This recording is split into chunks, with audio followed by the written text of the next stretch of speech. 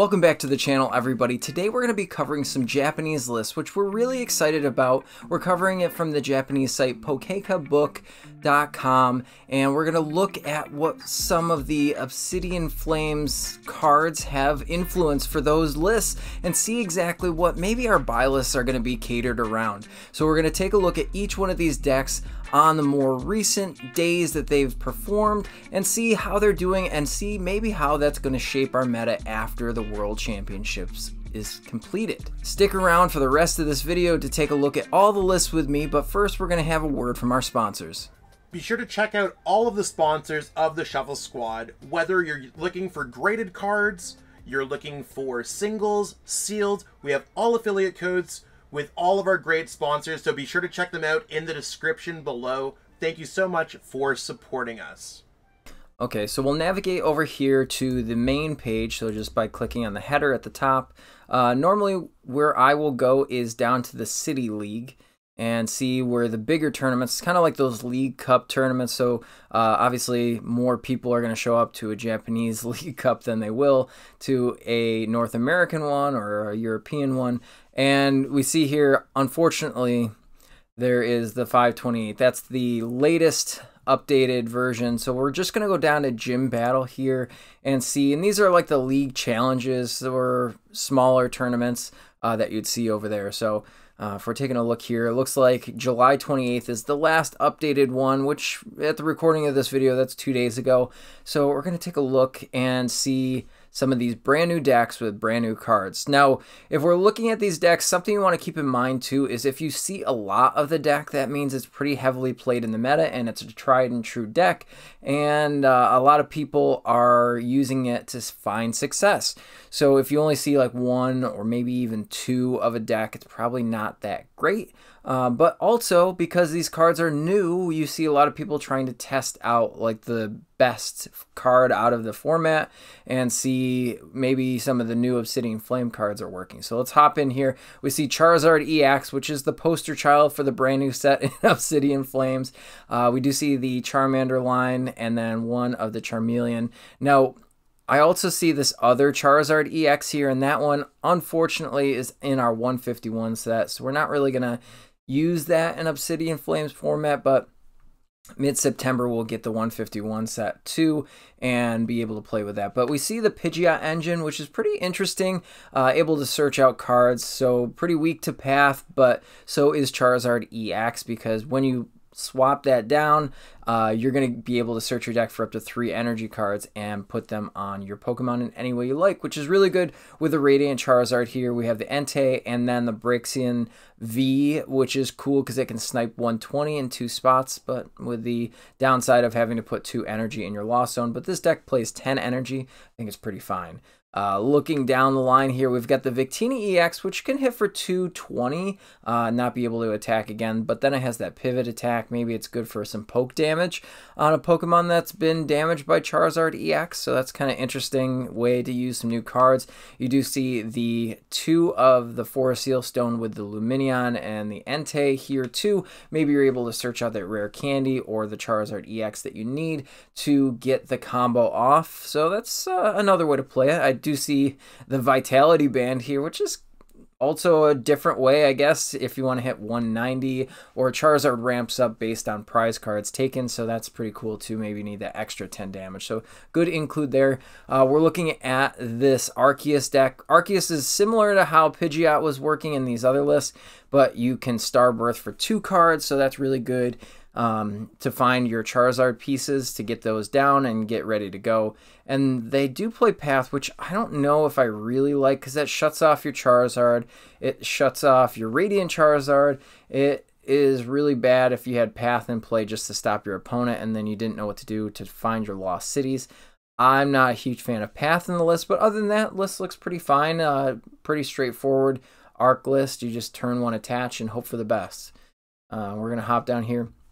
Now, as you can see, people trying to find the different ways that you can play cards like this. So the Charizard EX here is shown in a Lost Box list, which could be pretty funny, actually. So just Lost Zard without the big Sableye Turbo engine. I don't know if I like this or not because it's just a big attacker in Lost Box. It could be fun. It might not. I'd probably try it out just for giggles here to see how it does. 9 energy for the fire energy, so pretty hard to find your Sableye energy, I would imagine. But aside from that, everything else looks pretty cool. I would really be worried in a list like this to Colress away some of your rare candy or Charizard pieces. Maybe if you get candy Charizard and a flower select too, probably feel pretty bad. But with only one rod, I feel like this list is kind of awful, but we can always experiment and see what else we come up with. So here is a standard Charizard EX list, so pretty straightforward. Again, with that Charizard EX from 151, we can always swap that out if you're just playing Obsidian Flames. But then we have the 1-1 of the Pidgeot line, and then we have Bibarel in here to kind of spice things up, get us a draw engine again. I think this is really cool. I like that list a lot. And then here's another one with a Bibarel engine, just going down to the 3 Charizard EX with the terrestrialized, so the Obsidian Flames version.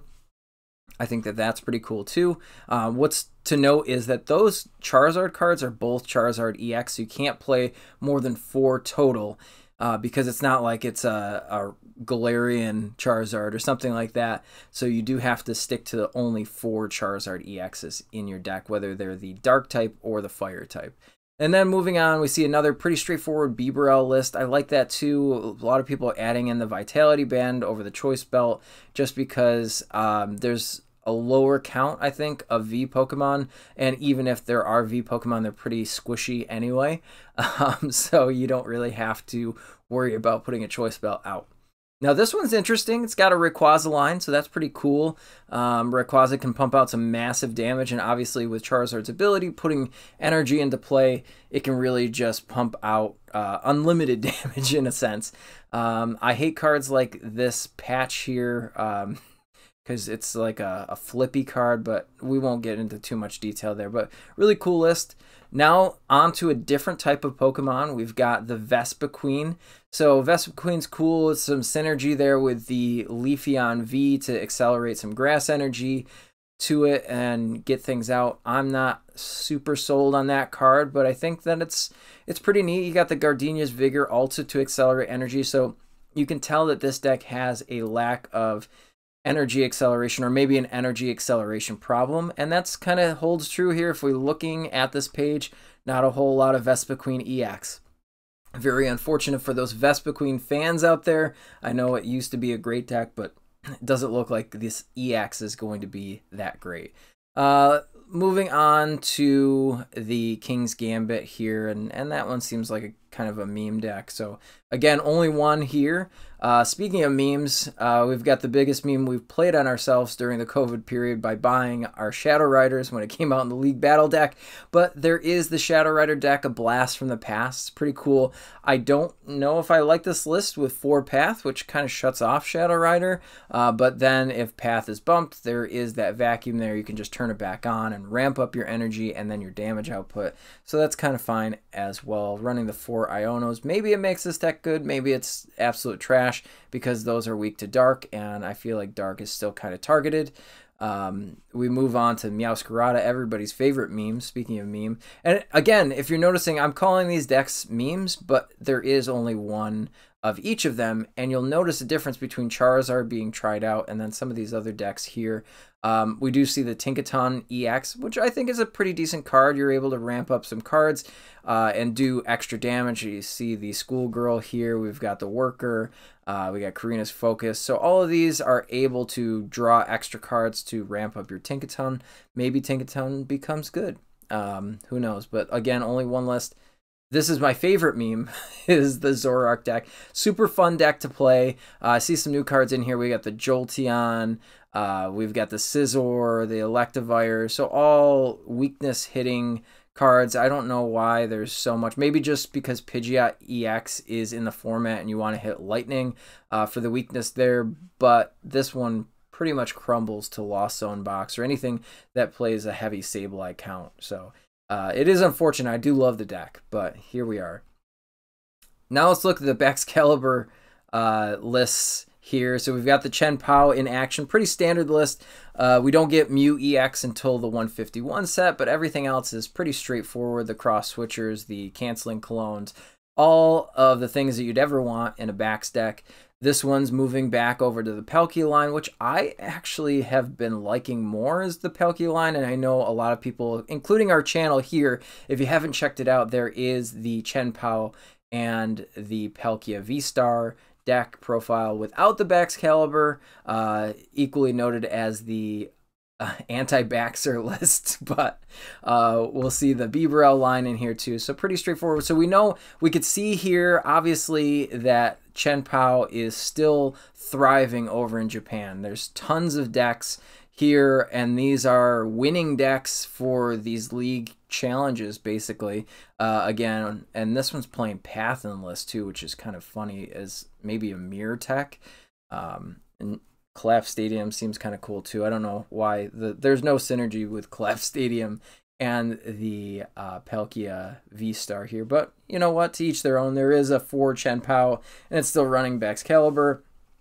So it's like list after list. This I do really like. I want to stop here and take a look. So the Pidgeot EX line, I feel like is way better because one, it's an EX, so it doesn't even matter if you use your V-Star ability, but you can search out with that to find all your pieces that you really need in a list like this, and then just blow stuff up. So you could get the boss in hand or maybe the cologne in hand and just go boss cologne and use your Greninja play there. So you don't even need cross switchers in a list like this too. It's running the 3 candy. I would even go up to 4 because you're playing 2 stage 2 lines in a deck. I would definitely go up to 4. Maybe you can cut a battle VIP pass because who cares at that point. You're running 4 Irida, you might as well.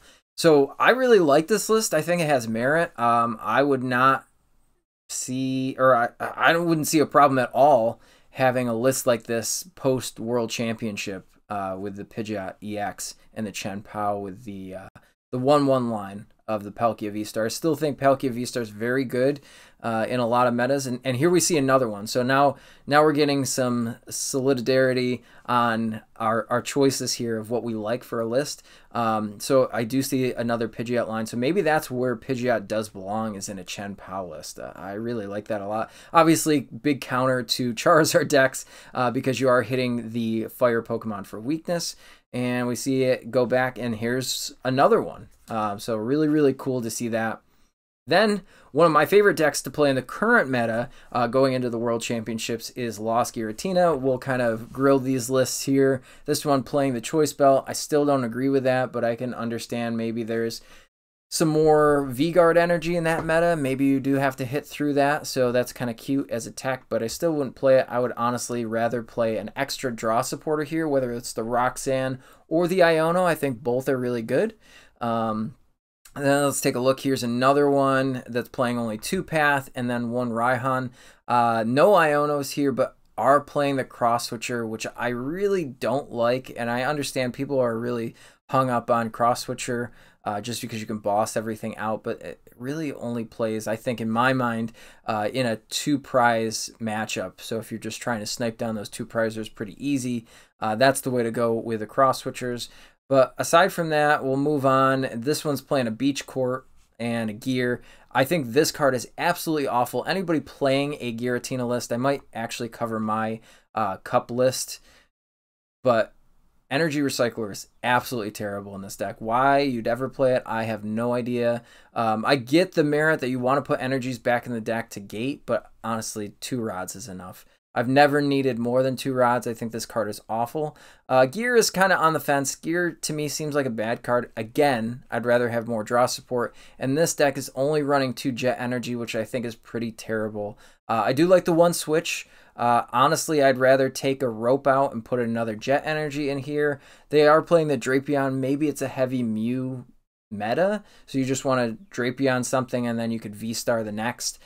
Mew VMAX just for game, so I could see a path to victory there, but honestly, the 3 paths have been so good.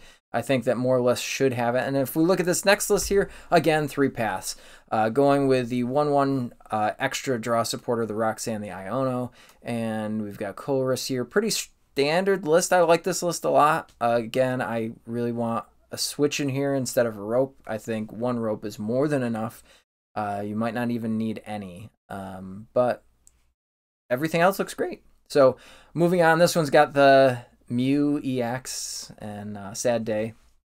This one's got some new cards. Let's talk about some new cards. So the Peliphan is pretty cool because you can Jet Punch. Basically, if you've played in the Buzzwole format, you can Jet Punch with this, soften some things up for maybe a Sableye play if you hit 2 Comfies without a Manaphy down on the field. But you do kind of hurt yourself because you don't have Manaphys, and that's pretty bad with Radiant Greninja format. Not having your Manaphys out it seems pretty bad. But this one can also hit some pretty big damage. It does like 220, I think, for 2 energies. So if you attach an energy and then gate, maybe 1 to Sableye and 1 to that, then you can take out V-Star possibly with the Sableye the following turn. So I think that there is some merit to play the Peliphan line, but do I think it should be standard? Probably not. Just a cool idea. Now moving on to Arctina, another fan favorite. I think that's cool. This one's got the Shaman V-Star line. I don't know if I understand that with the Leafy Camo Poncho. This one seems kind of clunky as a list. I'd rather run a more straightforward list. But there we see that V-Guard energy I was talking about. So your Tinas are bigger than their Tinas, and they can hit you and you can't hit them. So that's why the choice belt maybe is needed with something like that. But again, only 1 deck, so that's kind of seeing a downtick. I saw a lot more Arctina in the Japanese meta before, but here we are. So we see the Gardevoir EX line, and then we've got the Frogadier style Kirlia. But this was pretty standard, no new cards in this list either. There's another Guardy list. Again, no new cards. Cheryl's kind of weird, but I guess I could see Cheryl if you have to retreat a bunch of times. And then you can't use your Cresselia, but to each their own. We see Mew back in their format again. Some new cards. I don't exactly know what this does, but there's only 2 here. It doesn't look like it's heavily played, so is it good is the question.